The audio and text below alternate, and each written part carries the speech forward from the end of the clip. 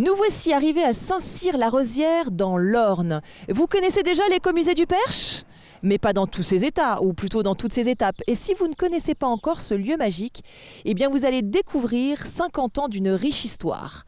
50 objets insolites, de véritables trésors sortis de leur réserve. Votre mission du jour, découvrir à quoi pouvaient bien servir ces objets. C'est parti!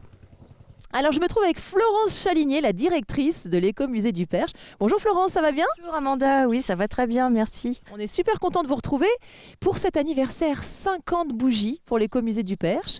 Et alors à cette occasion, vous avez ressorti des trésors de l'écomusée, à savoir des objets insolites.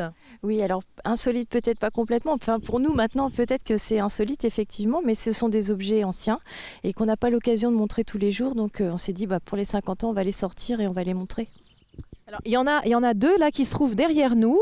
Moi, j'ai lancé un défi à nos téléspectateurs. J'aurais dit, il faut que vous deviniez à quoi pouvaient bien servir ces objets. Alors, vous allez nous l'expliquer évidemment, Florence, mais pas tout de suite. Louis-Baptiste, tu les as vus les objets ou pas ? Alors, du coup, à la maison, est-ce que vous savez à quoi tout ça pouvait bien servir ? Là est la question. Bon, Florence va nous le dire. Alors, Florence, que voit-on ? Alors, en premier lieu, on voit un grugeoir. Donc, ça sert à écraser les pommes. Et les pommes, ensuite, une fois écrasées, elles vont être placées dans le pressoir, donc ce que vous voyez derrière. Et là, on presse et on obtient le jus de pomme qui va ensuite être transformé en cidre. Alors, vous aviez deviné ou pas ? Ça, je suis pas certaine. Enfin, peut-être pour les plus anciens d'entre vous, c'est possible.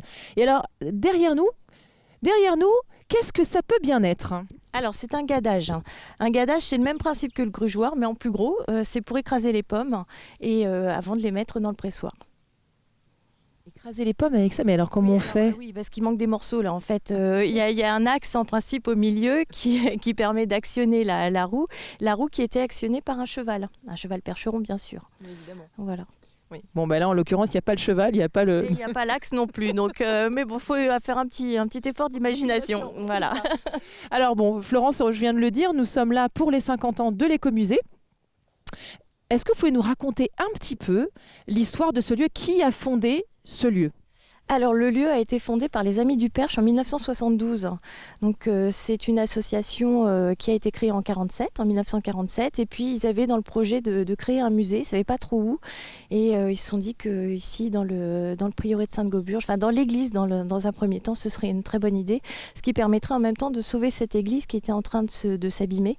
Et voilà. Et alors ça a fait, il y a eu un appel à la population qui a fait qu'il y a beaucoup d'objets qui sont arrivés en très peu de temps, puisque à l'ouverture, le 24 juin 1972, il y avait déjà 1500 objets dans la collection.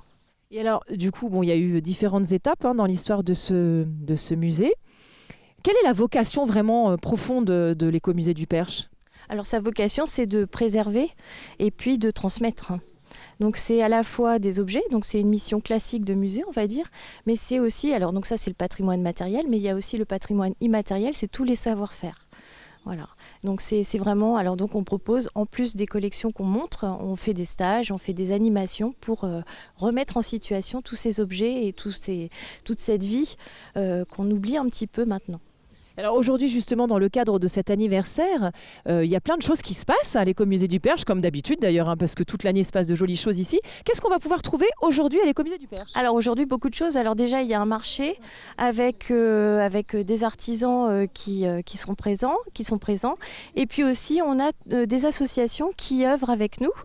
D'ailleurs, vous en voyez passer certains, qui viennent faire les animations, co-animer avec nous toute l'année. On va aller voir un petit peu donc ces animations. Allez, c'est parti. Florence, vous nous parliez donc de transmission, ce qui est très important. Là, on a encore deux objets derrière nous. Donc, à votre avis, à quoi ça pouvait bien servir, ça ? Florence, vous allez nous le dire évidemment, mais c'est joli en tous les cas. C'est impressionnant même, je dirais. Alors ? Oui.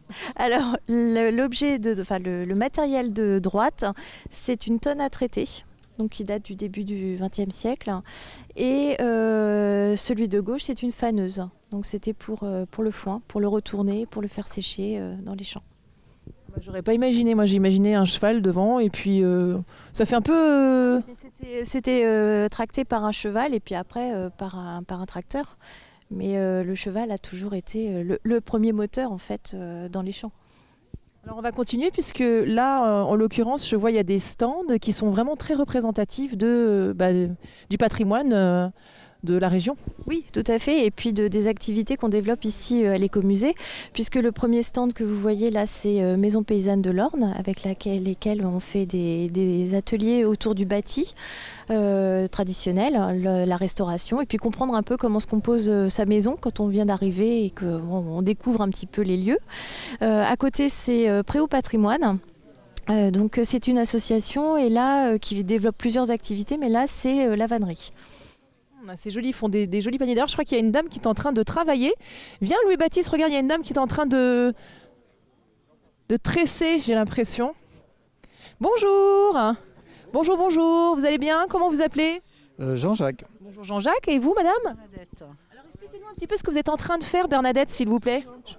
D'équiper des abeilles de leurs ailes, de leur double paire d'ailes. Voilà.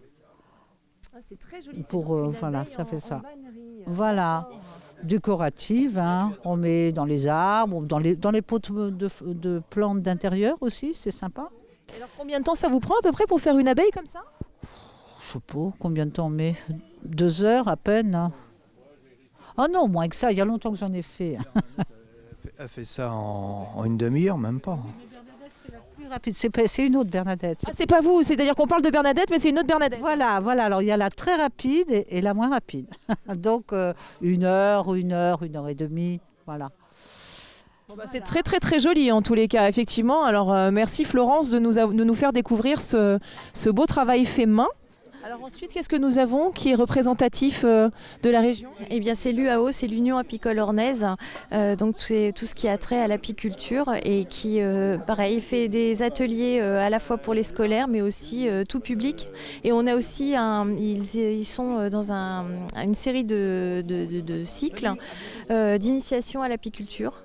Donc c'est 6 séances sur toute l'année qui respectent le calendrier apicole et qui expliquent les bases et comment avoir une ruche, comment élever une ruche, voilà, l'entretien, etc. Du bon miel. Et en plus, je crois qu'ils sont en train de préparer des caramels. Ah bon? Alors on va demander à la dame. Bonjour, bonjour. Comment vous appelez vous? Valérie? Valérie, oui. Valérie, qu'est-ce que vous êtes en train de faire? Eh bien, je prépare des caramels au miel. Alors comment ça se passe? Expliquez-nous un petit peu. Alors là, on va mettre de la crème fraîche, un verre de crème fraîche, un verre de sucre en poudre et une bonne cuillère de très bon miel. On va faire chauffer et puis on va obtenir des bons caramels au miel. Vous pourrez venir les goûter tout à l'heure. Miam miam.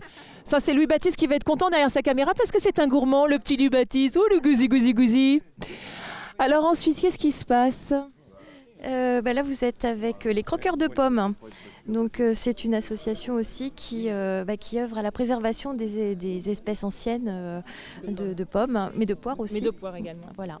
Donc, peut-être que vous pouvez en discuter. Bonjour. Bonjour. Comment vous appelez?